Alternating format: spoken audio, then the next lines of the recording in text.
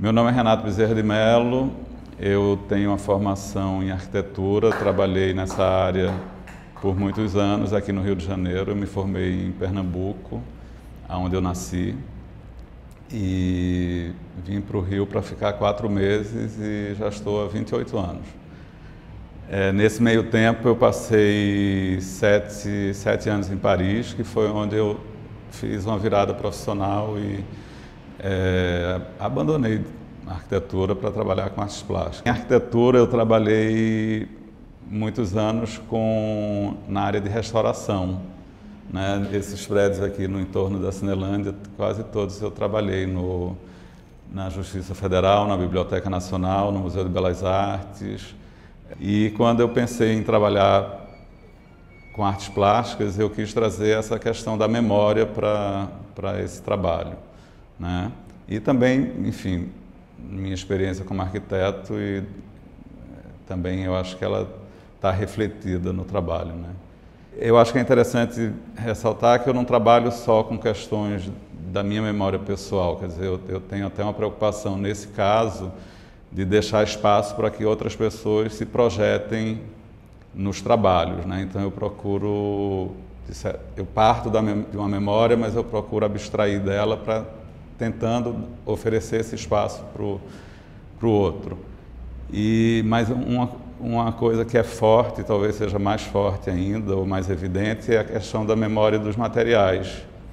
O papel carbono, o próprio nanquim, né? As linhas de seda são materiais que são raros e estão em desuso. Eu tenho um trabalho que eu não mostrei a vocês, mas que são desenhos também em carbono sobre uns bloquinhos de papel jornal, que é um bloco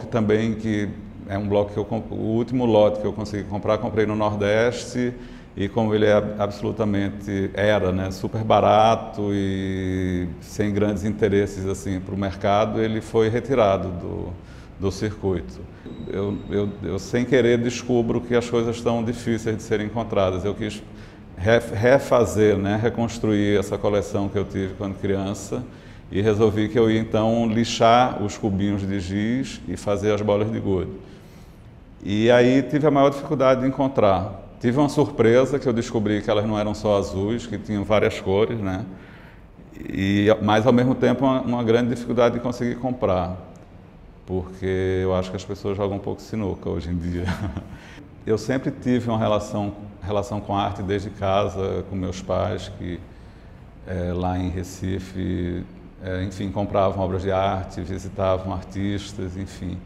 Então sempre foi um mundo assim que me interessou, né? E eu tinha uma grande fantasia, né, de trabalhar com isso. E, enfim, por outras razões eu fui para a arquitetura, mas eu sentia assim, no caso da arquitetura, que cada vez eu estava mais um administrador de um escritório de arquitetura. E então eu estava me afastando da criação, né? E eu acho que eu queria ter a liberdade, mais liberdade, que eu acho que essa prática hoje me dá, entendeu? Mais independência de fazer o que eu quero, e que na arquitetura você tem uma série é super interessante, é um trabalho maravilhoso, enfim, mas tem uma série de contingências assim que você tem uma série de obrigações, uma série de requisitos, uma série de demandas externas que no ateliê eu não tenho, é a minha, entendeu? Então, aquela veste eu fiz num projeto, eu fui convidado pela Copa Roca, que é uma cooperativa na Rocinha, e eles têm um projeto que de tempos em tempos eles convidam artistas para desenvolver trabalhos com as costureiras, bordadeiras, rendeiras, enfim.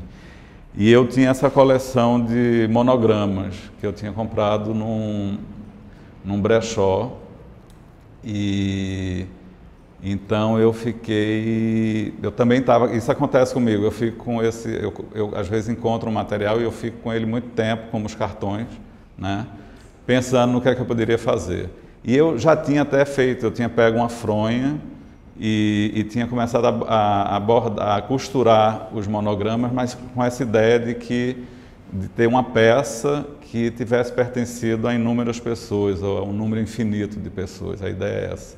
O outro trabalho que eu mostrei para vocês também com material têxtil é um bordado que eu também fiz com, não só, mas eu fiz também com essas mulheres lá da Copa Roca, que é aquela toalha que eu comecei apagando, cobrindo, né, a estamparia com linha branca, com a ideia de apagar a estamparia.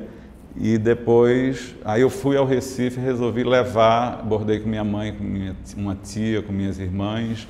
E aí tive na Copa Roca, bordei com elas, bordei com amigos e amigas que tiveram comigo aqui. E ela ainda está por terminar. Mas foi também um trabalho interessante nesse sentido da liberdade, porque é um bordado livre, tem pessoas que sabem bordar, outras que não sabem nada. E não é só apagamento, porque o interessante é que como é uma estamparia, você tem um padrão que se repete, né? E quando as pessoas bordam, então cada flor passa a ser uma flor única, diferente da outra. Então tem isso também, é muito mais rico do que o... Eu costumo não jogar fora as coisas, né? Assim, que vão acontecendo, os materiais que vão, digamos, sobrando no ateliê, eu não tenho o costume de jogar fora.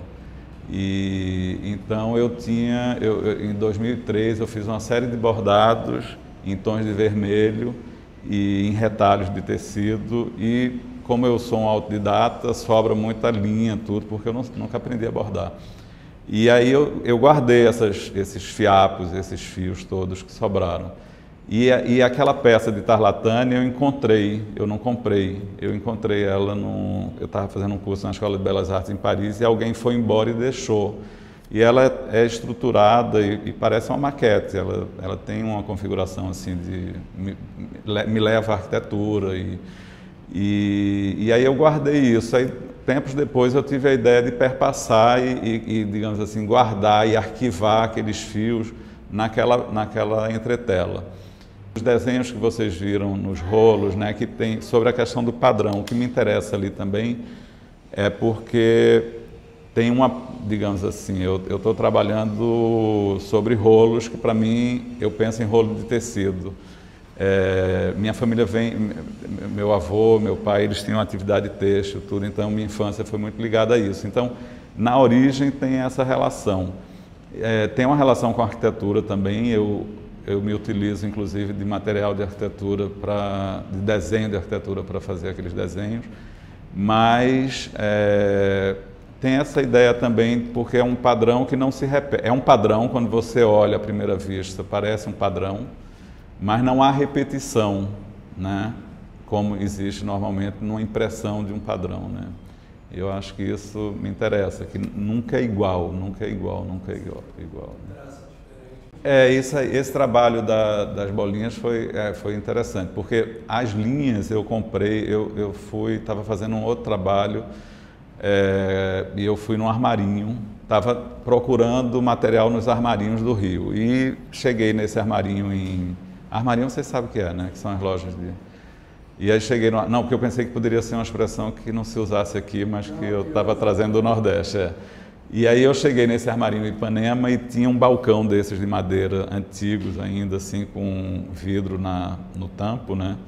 E várias linhas, várias caixinhas de linha, dessas linhas de seda, e sujas, estava tudo empoeirado, e eu via que aquilo não estava sendo aberto há séculos. E aí eu fiquei com aquilo na cabeça, mas nem perguntei, assim, porque eu vi que tinha algo de precioso ali, eu não ousei perguntar. Mas aí voltei um outro dia, olhei, e eu sei que um dia eu acordei, eu digo, eu vou lá e vou saber o que é aquilo, porque era um sábado, eu acordei e corri para o armarinho, e aí conversei com a senhora. Aí ela falou que ela disse, olha, as coisas mais preciosas que eu tenho aqui eu não vendo mais. As pessoas só querem linha de nylon e não sei o que, parará, parará. Eu digo, sim, mas eu fiquei apaixonado por isso. E ela falou, mas você trabalha com o quê? Eu digo, não, eu sou artista plástico. Você quer fazer o quê com isso? Eu digo, eu não sei. E ela era viúva de um artista plástico, né? Se não me engano, o Bruno Giorgio, né? Aquele escultor. Eu estava à procura de um material precioso que eu destruísse. Como eu já destruí uma coleção de copos que eu tinha, né? e que eu quebrei todos numa exposição aqui no Castelinho do Flamengo em 2004. Mas com a ideia de transformação, quer dizer, eu usei de propósito a palavra destruição, mas para mim não é uma destruição, é uma transformação. Mas eu queria, por algumas coisas que eu estou passando nesse momento, que eu queria fazer isso, esse movimento de transformação, de destruição com transformação, né? E deu certo, quer dizer, aí eu comecei a picotar as linhas, né? Mas eu queria uma outra coisa, eu não estava esperando que fosse acontecer isso. Mas aí por acaso eu descobri que como eu estava cortando as linhas em pedaços muito pequenos, eu terminava criando um pozinho, né? E esse pó se transforma na bola quando eu bato a caixa, né? E aí surgiu esse trabalho. E que é diferente, mas depois eu fiquei pensando, porque aquelas bolinhas me remeteram ao casulo do bicho da seda, né? Que ele faz... É diferente, o formato é diferente, enfim, mas me levou a isso, entendeu? Né?